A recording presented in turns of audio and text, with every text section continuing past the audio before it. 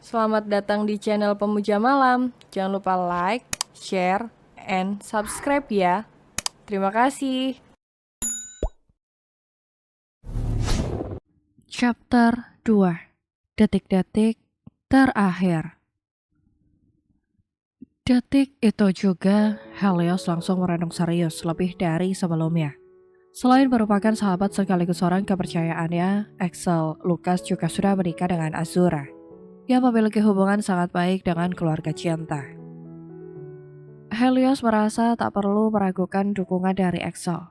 Berarti setelah ini aku dan Cinta akan menjalani ijab kabul ulang tanpa disaksikan banyak orang untuk merahasiakan status Cinta yang hanya anak adopsi. Pikir Helios yang jujur saja masih sangat ragu terlebih jika ia menelaah nama mempelainya, Colliera Berliana Mahesa. Baginya itu lebih cocok menjadi Chloe yang sangat ia benci. Ayo kita ulangi sekali lagi, jika kali ini sampai gagal, pernikahan ini dianggap tidak sah, ucap Pak Penghulu terbilang galak.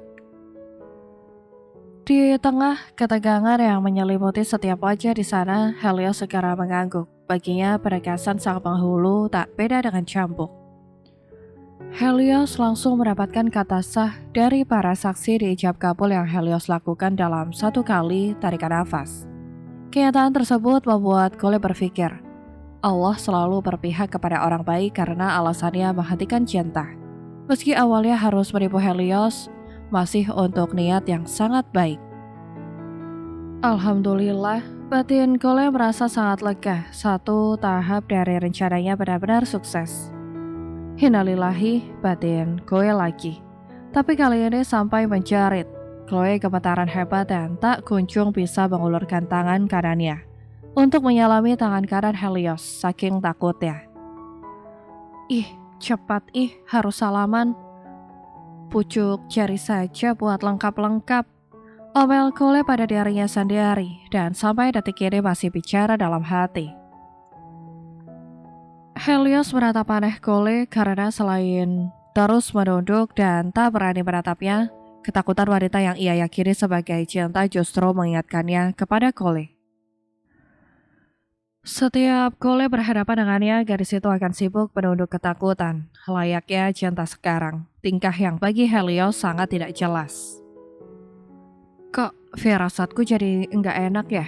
Batin Helios was-was. Helios berangsur mengedarkan pandangannya mencari gadis cantik tapi sangat ceroboh dan sangat ia benci. Namun dari semua undangan dan memang sengaja terbatas, Helios tidak menemukan Chloe. Dia enggak mungkin berani ke sini karena dia saja sering pingsan di setiap lihat wajahku.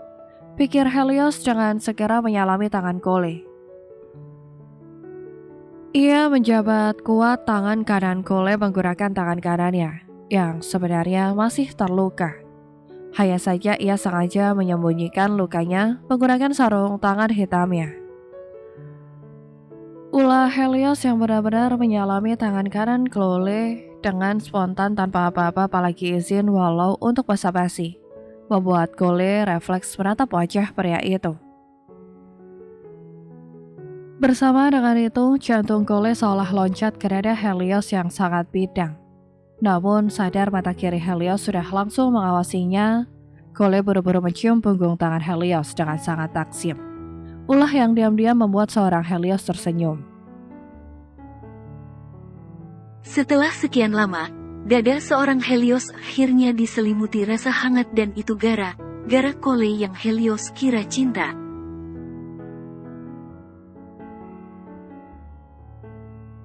Makasih banyak, Tak. Aku bahagia dengan pernikahan kita. Ayo kita langsung pulang saja karena aku sudah menyiapkan rumah mewah untukmu.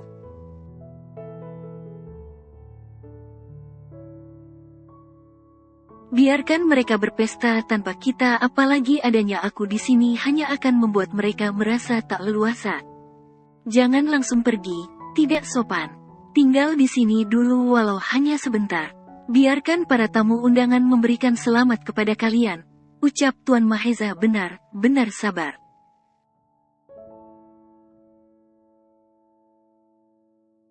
Axel yang masih di sana, sudah langsung turun tangan. Terlebih dari semuanya, ia menjadi satu-satunya orang yang tidak merasa sungkan apalagi takut kepada Helios.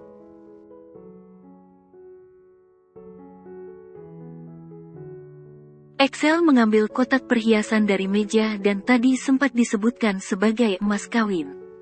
Kalian belum tukar cincin, tegas Axel.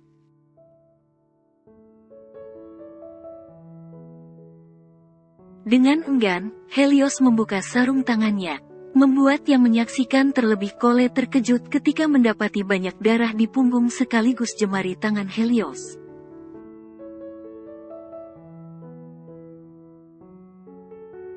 Segera Cole bertindak, menjalankan perannya sebagai istri yang baik untuk Helios. Tanpa bersuara, Cole langsung mencuci punggung jemari tangan Helios dengan hati-hati.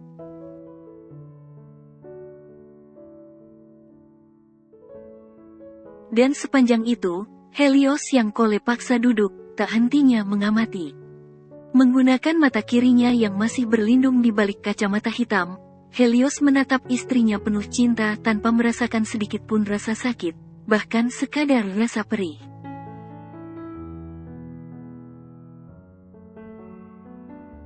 Cintanya kepada cinta, menjadi alasan kenapa semua itu terjadi. Dibantu sang mamah yang mendapatkan obat merah dari Azura, Cole melapisi setiap luka di punggung tangan kanan Helios dengan sangat hati-hati.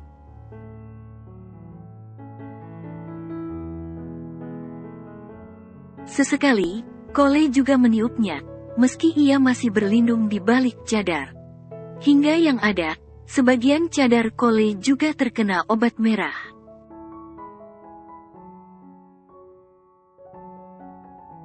Biarkan aku memasangkan cincin pernikahan kita untukmu dulu, ucap Helios yang langsung meraih cincin emas polos terbilang besar ke jari manis tangan kanan Cole.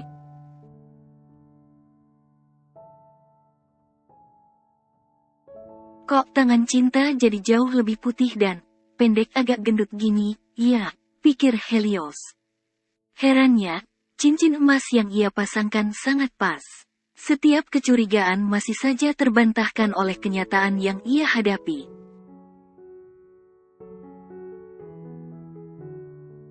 Karena aku juga sudah mengganti cincin pernikahannya dengan cincin ukuranku, walau modelnya masih sama, batin Cole yang bisa merasakan rasa heran seorang Helios.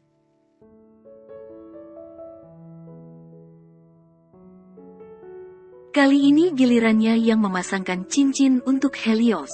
Mereka yang masih menjadi pusat perhatian, sudah langsung mendapatkan tepuk tangan dari para saksi sekaligus tamu undangan.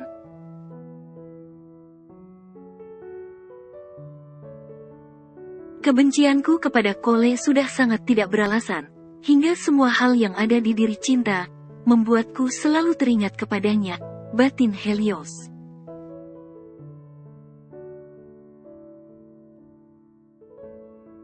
Aku harus melupakan Cole agar dia yang belum mati, berhenti menghantui pikiranku, yakin Helios dalam hatinya. Kenyataan cinta yang terus diam memang membuatnya sibuk berbicara dalam hati, guna mengimbangi sang istri.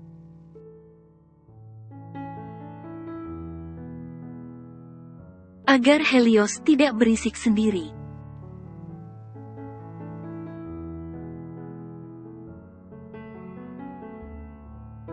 Sepanjang perjalanan pulang, Helios tetap diam lantaran hal yang sama juga masih dilakukan sang istri. Helios duduk di tempat duduk penumpang bersama Cole yang tangan kanannya terus ia genggam menggunakan tangan kiri.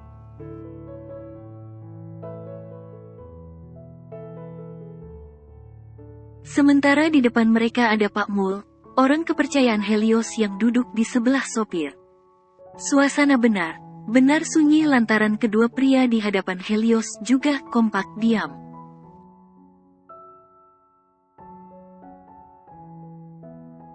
Ya Allah, mungkin ini detik terakhir, dan aku harus siap, batin Cole. Membayangkan dirinya akan diamuk sampai mati oleh Helios setelah misinya ketahuan, sudah sangat membuatnya takut.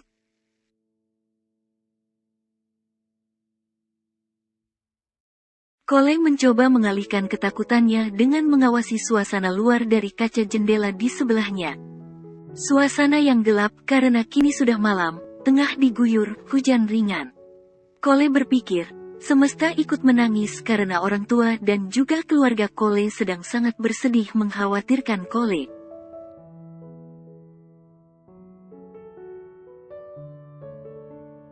Malahan Calvin berdalih, membiarkan Kole bersama Helios sama saja membiarkan Kole mati lebih dini. Setelah 1 jam lebih menjalani perjalanan, akhirnya mobil mewah yang membawa mereka berhenti di depan sebuah rumah dan ada di kawasan perumahan elit.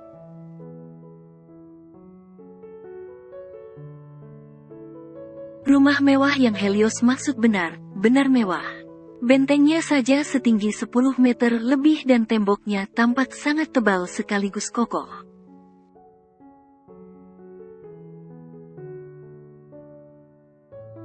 Jadi mafia duitnya banyak, ya? Kenapa Mas Helios nggak operasi plastik saja biar wajahnya nggak bikin aku ketakutan sampai panas dingin bahkan pingsan?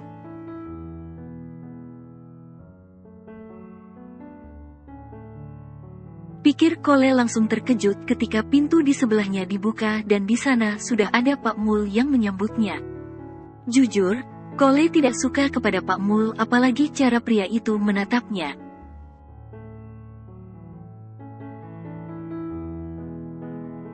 Tatapannya mesum banget, mirip pria hidung belang meski tampangnya kelihatan alim. Dikiranya dari tadi aku nggak tahu apa. Pas di pesta, dia sering curi perhatian ke aku. Kesal Kole dalam hatinya.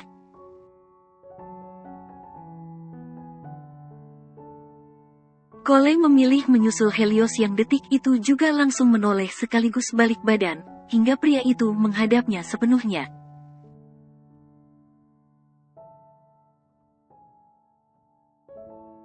Kole lebih memilih panas dingin menahan takut karena harus dekat dengan Helios dan bisa ia pastikan tak akan berani menyentuhnya sembarangan.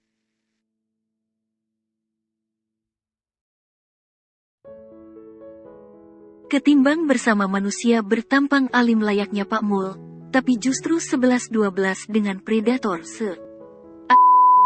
Sepertinya Mas Helios memang sudah mencintai Kak Cinta. Dia sampai rangkul aku begini.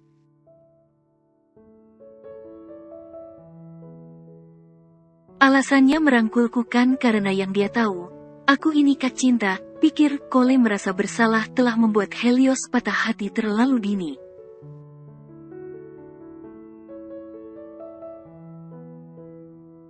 Namun, ia memilih tetap dalam dekapan Helios yang membawanya masuk ke rumah mewah tujuan mereka, ketimbang berurusan dengan Pak Mul yang terus saja mengabarkan banyak hal kepada Helios.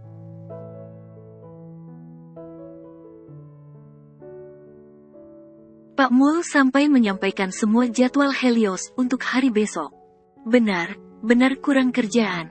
Padahal harusnya dia tahu, tuannya mau malam pertama.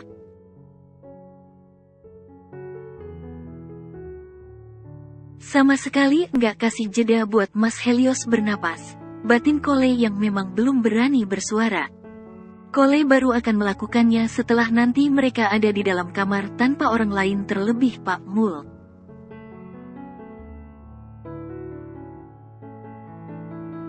Pak Mul, kita lanjut besok saja. Saya lelah dan saya ingin istirahat. Dengan keji, Helios memotong penjelasan Pak Mul.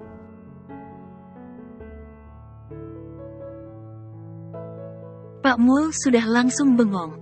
Walau ia lebih tua dari Helios, statusnya yang hanya bawahan Helios tak mungkin membuatnya membantah. Dan ia tidak memiliki pilihan lain selain langsung diam.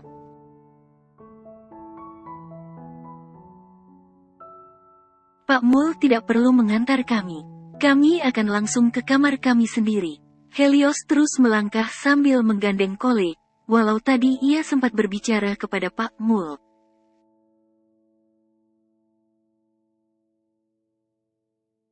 Pak Mul yang awalnya sudah sampai melangkah hingga anak tangga kedua tepat di belakang Kole, langsung berhenti melangkah dan wajahnya tampak kecewa.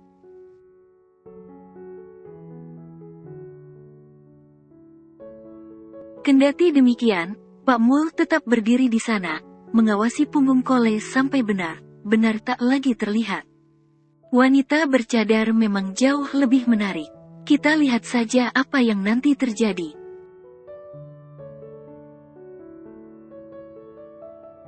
Mampukah dia menolak pesonaku? Sementara yang harus dia hadapi tak lebih baik dari monster keji yang juga bikin jijik, lirih Pak Mul yang kemudian tersenyum keji.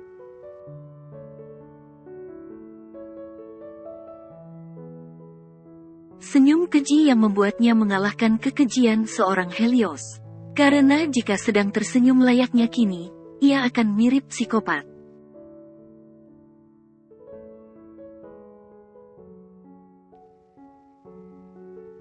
Melalui lirikannya, Kole mengawasi suasana rumah Helios. Rumah mewah Helios tak kalah mewah dari kediaman orang tua Kole.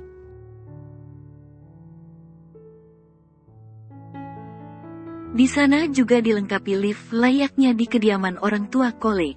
Bedanya, suasana di kediaman Helios seolah sengaja dibuat temaram.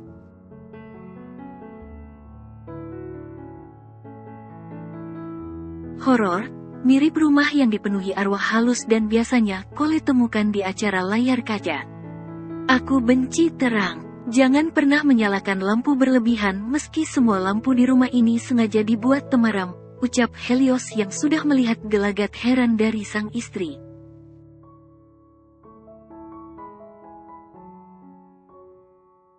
Helios yakin, Kole tengah mempermasalahkan penerangan di rumah mereka. Kole menghela napas pelan beberapa kali sambil terus menunduk tanpa tanggapan berarti.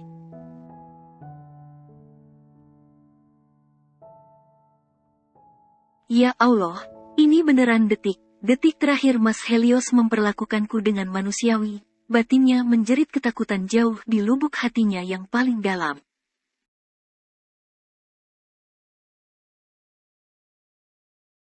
Ada 12 pekerja di sini dan itu bukan termasuk Pak Mul maupun sopir tadi.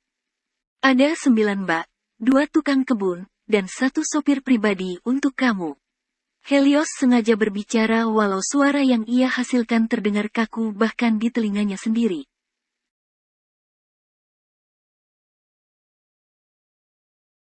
Helios terus menjelaskan keadaan rumah guna meredam ketegangan yang membuatnya tidak baik saja. Tubuhnya sudah panas dingin hanya karena dirinya tak sabar ingin menyentuh sang istri.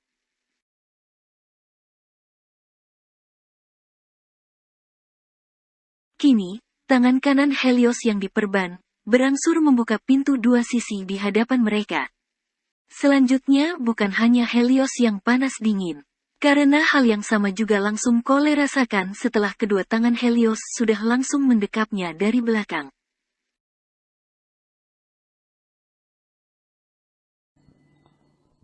Bersambung.